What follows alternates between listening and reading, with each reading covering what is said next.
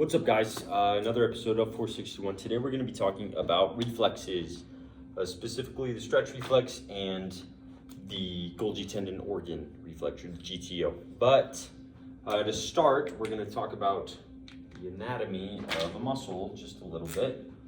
So let's say you have your muscle, okay, like this. You have all your muscle fibers, right? So now we're going to talk about the muscle spindle.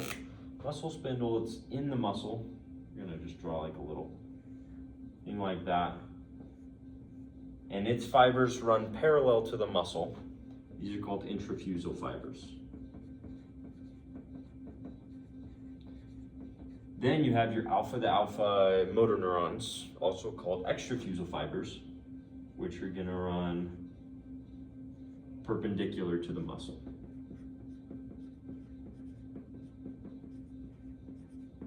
Now, as far as the muscle spindle goes, you have two different kinds.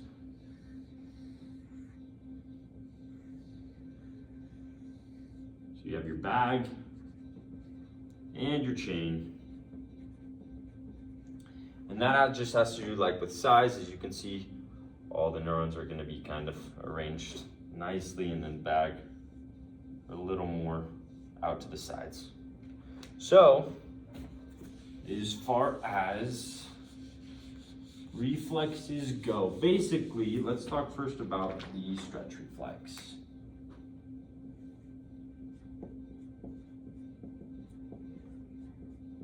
So the stretch reflex, basically what it's going to do is your muscle spindle.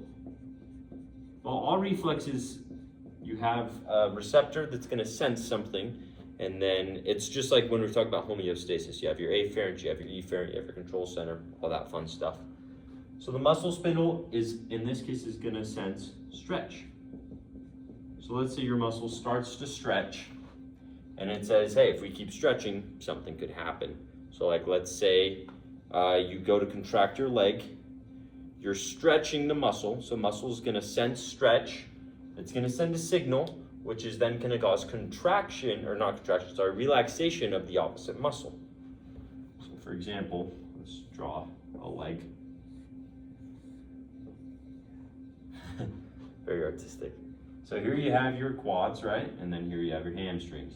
If your quads start to contract, do a little check here, the muscle spindle is going to send stretch, going to send a signal, which is going to come back, and it's going to cause relaxation of your hamstrings, which is going to allow your quadriceps to contract. Okay? That is the stretch reflex. Moving on to GTO, a Golgi tendon organ. The GTO doesn't sense stretch, it senses tension.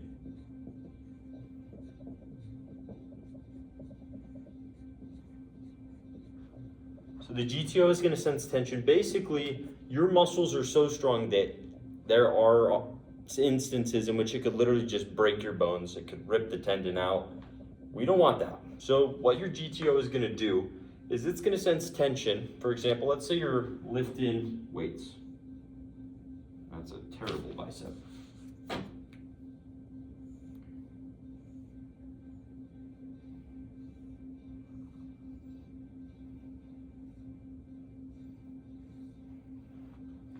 This guy needs to hit forearms more.